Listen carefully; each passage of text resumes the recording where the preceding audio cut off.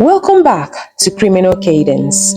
Before we get into this case, I want to say something because I think it matters. There are cases you cover and then move on from it. You do the research, you tell the story, and by the time you hit publish, you have found some kind of distance from it. And then there are cases that stay with you. Cases where the longer you sit with the details, the harder it becomes to step back from them. This is one of those cases. So, today we are going to talk about what happened on a mountain road in the French Alps on the 5th of September 2012. On this day, 4 people were killed, 2 children survived, and more than 12 years later, nobody has been convicted of those killings. And the case is still open till this day. If you're new here, this channel is called Criminal Cadence, and what we do here is take real cases that are complicated, unresolved, the kind that don't have clean endings, and we walk through them carefully, just the story told as clearly and as honestly as it can be told. If that is the kind of thing you're looking for, please subscribe. Hit the bell if you want to know when we upload new video. And if you have been here before and you haven't subscribed yet, today is the day. This one is worth watching to the end. Alright, let's go back to the beginning. Before any of this became a headline, it was just a family. Saad al-Hilli was an engineer. He was born in Iraq, but had built his life in England, in a town called Claygate in Surrey. It is a sort of place where not much happens, a quiet commuter town, the kind of place where people tend to know their neighbors. That's where Saad lived with his wife, Iqbal, and their 2 daughters, Zainab and Zina. Zainab was 7. Zina was 4. Living with them was Iqbal's mother, Suhaila al-Allaf. So really, this was 3 generations of the same family living under one roof. And to be honest, there was nothing unusual about that. Nothing about their lives, at least from the outside, hinted at what was about to happen. In the summer of 2012, the family packed up and drove south. They crossed the channel, drove through France, and made their way to the area around Lake Annecy in the Alps. Now, if you've never been to that part of the world, imagine a lake so blue it looks like someone turned up the saturation. It is a beautiful place. There are mountains on every side, and it is a popular holiday destination, especially in summer. Nothing exotic or unusual about choosing it. At that point, this was just a family taking a break together before summer came to an end. The family stayed at campsites around the lake. They appear to have moved between more than one during their time there. Whether that had any significance or whether they simply found a better place to stay has not been established. There is one thing I want to mention here, because it's going to come back later. Saad had a brother called Saad, and the 2 of them were involved in a dispute over their late father's estate. By all accounts, this was not a new disagreement. It had been going on for some time. Now, I am not bringing this up because it explains what happened. At this point in the story, it is simply part of the background. But once investigators started looking for possible motives, it was one of the first things they found themselves looking at. So just keep it in mind. At the same time the al-Hilli family were on holiday, there was another man going about what seemed like a completely ordinary week. His name was Sylvain Mollier. He was 45 years old, worked as a metal worker, and lived in a town called Eugene, about 30 kilometers from Annecy. He was also a keen cyclist. The roads around the Alps were not unfamiliar to him. He rode them regularly and knew the area well.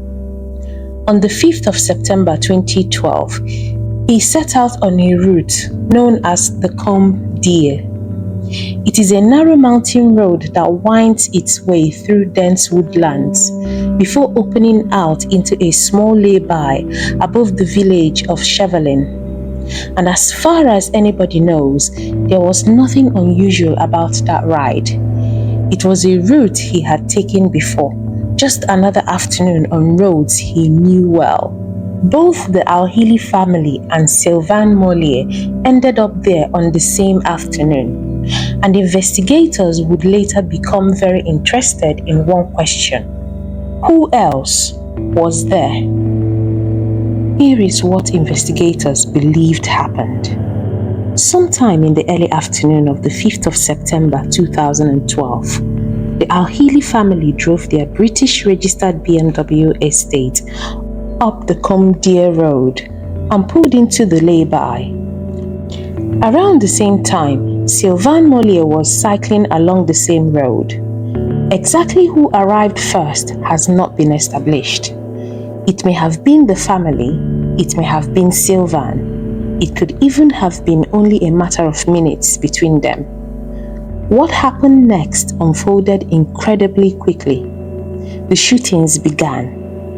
When French investigators examined the scene, they found that all 4 adults had been shot: Saad, Iqbal, Suhaila, Sylvain.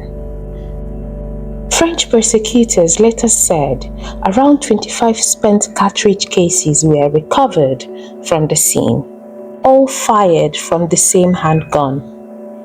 Each of the 4 adults had been shot multiple times, including a fatal gunshot wound to the head. That immediately told investigators they were looking at something far more deliberate than a confrontation that has simply gone out of hand. The BMW was left where it had stopped, its engine still running and its bodywork riddled with bullet holes.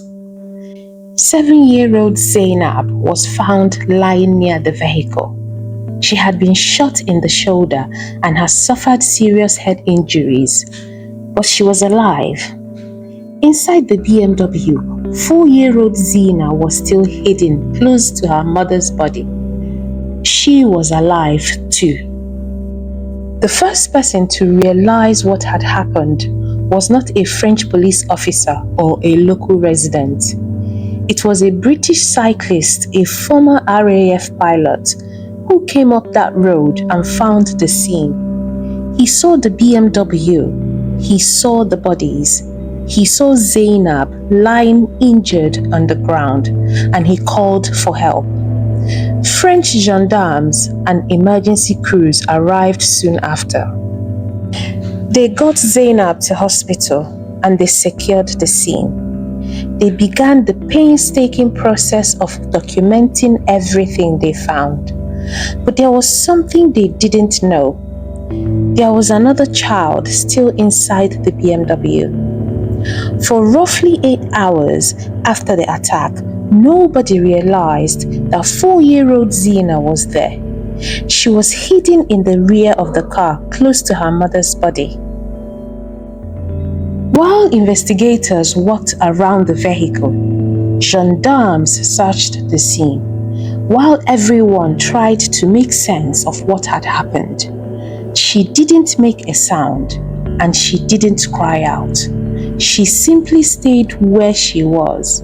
It was not until investigators carried out a more detailed examination of the BMW that they found her alive.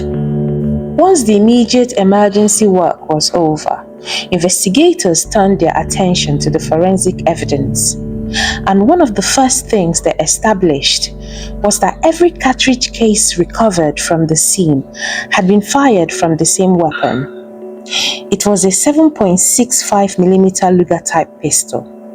More specifically, investigators identified it as a P06/29, a model originally produced for the Swiss Army in the 1930s.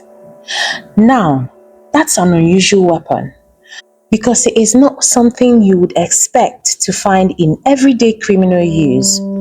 It is a sort of firearm more commonly associated with collectors, private ownership, or military surplus. What that says about the person who used it is another question entirely. As they continued examining the scene, investigators also recovered fragments from the pistol's grip near the BMW. That discovery supported the possibility that the weapon had been used as more than just a firearm during the attack. French investigators have suggested that 7-year-old Zainab's head injuries were consistent with being struck by the butt of the pistol after she had been shot. But beyond those findings, many questions remain unanswered. The gun itself has never been recovered, and despite years of investigation, it has never been traced to a specific owner. Because the al-Hilli family were British and the murders happened in France, the investigation very quickly crossed two countries. The French authorities took the lead. After all, the crime scene was in France, the witnesses were in France, and the murder investigation would be led by French gendarmes and investigating magistrates. Back in England, Surrey police opened their own inquiry. Officers searched the family's home in Claygate. They seized computers and documents and began working closely with their French counterparts. From the beginning, both investigations were trying to answer the same question. Was this a random act of violence, or had somebody come to that lay-by looking for a specific person? Because the answer to that one question changed every time. If the shooting was random, investigators would be looking at one type of offender. But if it was targeted, they first had to work out who the intended target actually was.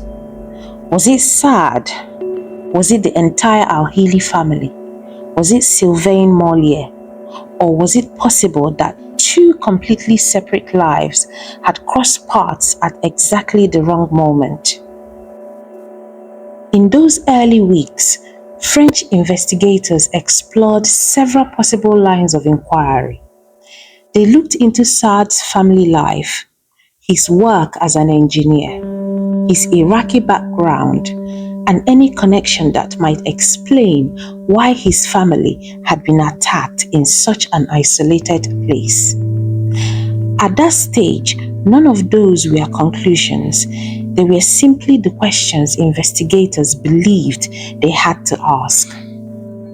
As the investigations went on, three main theories started to emerge. I am going to walk you through each of them, not because any of them had been proven, but because they help explain why this case has remained so difficult to solve. The first was that it was completely random. A chance encounter, an argument in the lay-by, road rage that somehow escalated into murder. In the days after the shootings, there were reports of other vehicles seen in the area that afternoon. A white car being driven erratically, a dark SUV, a motorcycle. Investigators looked into all of them, but none of those sightings led to a suspect. And when you look at the crime scene itself, the idea of a random confrontation becomes difficult to reconcile with the evidence. French investigators recovered around 25 spent cartridge cases. All of them had been fired from the same handgun. The victims had been shot multiple times. This didn't look like somebody acting on impulse. It looked organized. The second theory was that Sylvain Mollier had been the intended target. Unlike the al-Hilli family, he was local. He knew those roads. He cycled that route regularly. If someone had wanted to intercept him, they would have known where to find him. investigators looked closely at his background, his work, and his personal life. But as far as the public investigation goes, nothing emerged that was strong enough to explain what happened that afternoon. So that theory has never been confirmed, but it has never been completely ruled out either. The third theory was that the al-Hilli family had been the real target, and that's where we come back to something I mentioned earlier, the dispute between Saad and his brother Saad. Before we carry on, if you are enjoying the way we tell these stories here on Criminal Cadence and you've not subscribed yet, I would really appreciate it if you did. It genuinely helps the channel grow and it lets me keep making videos like this. Right, let's get back to the case.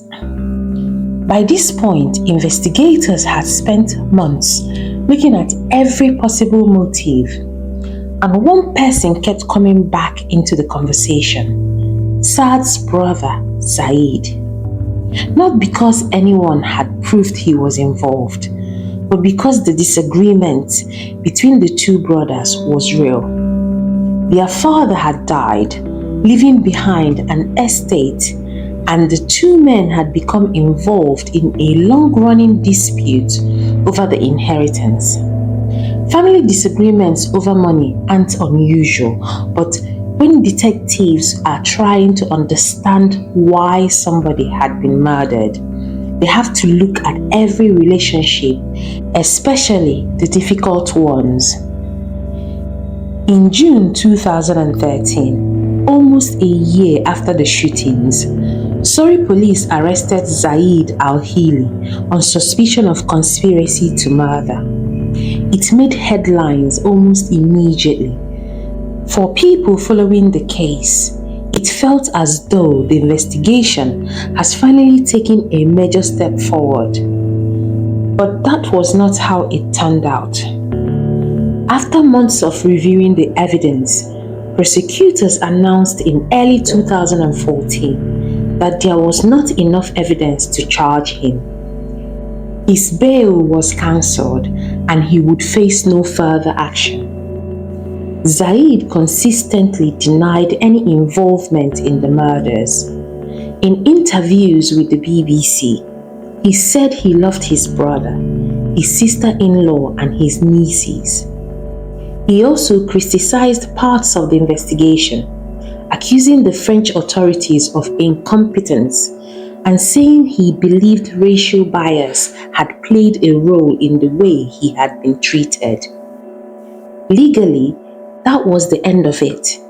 Saad has never been charged over the killings, and no court has ever linked him to what happened in that lay-by.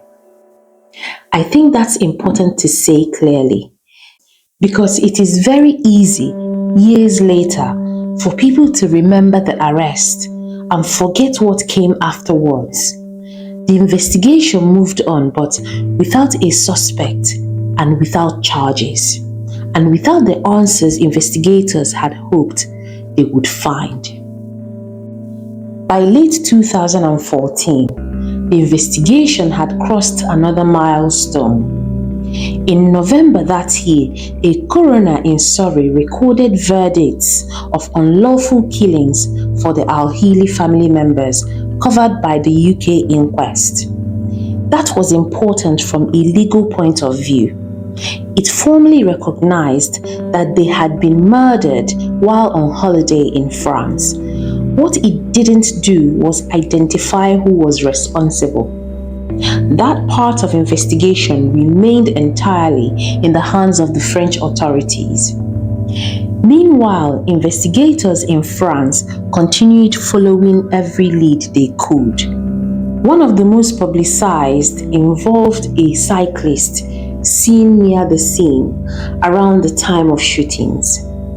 Police released a composite image and appealed for information. Eventually, they identified and interviewed the man. He was ruled out. Another man, a former police officer and firearms collector, was also investigated. He too was ruled out. One by one, the investigation eliminated people who had once seemed significant, but it wasn't getting any closer to an answer. By around 2017, French prosecutors openly acknowledged how difficult the investigation has become. They spoke publicly about their frustration at the lack of progress and even raised the possibility that the victims may simply have crossed paths with the wrong person at the wrong time. It was not a conclusion, but it was an acknowledgement of how few solid answers they had been able to find. By then, almost 5 years had passed. The investigation was still active and the evidence was still being reviewed, but there were no arrests and no charges, and no clearer picture of who had carried out the killings. Then, almost 10 years after the shootings, something happened that caught everyone's attention. In January 2022, French police arrested a man in the Chambéry region in connection with the case. He was not a new name. Reports said he was someone investigators already knew and had previously spoken to during the investigation. For the first time in years, it felt as though the case might finally be moving again. The prosecutors confirmed the searches were being carried out and that the investigation was continuing. Then, just as quickly as the story had gathered momentum, it came to a halt. After further questioning and additional checks, the man was released.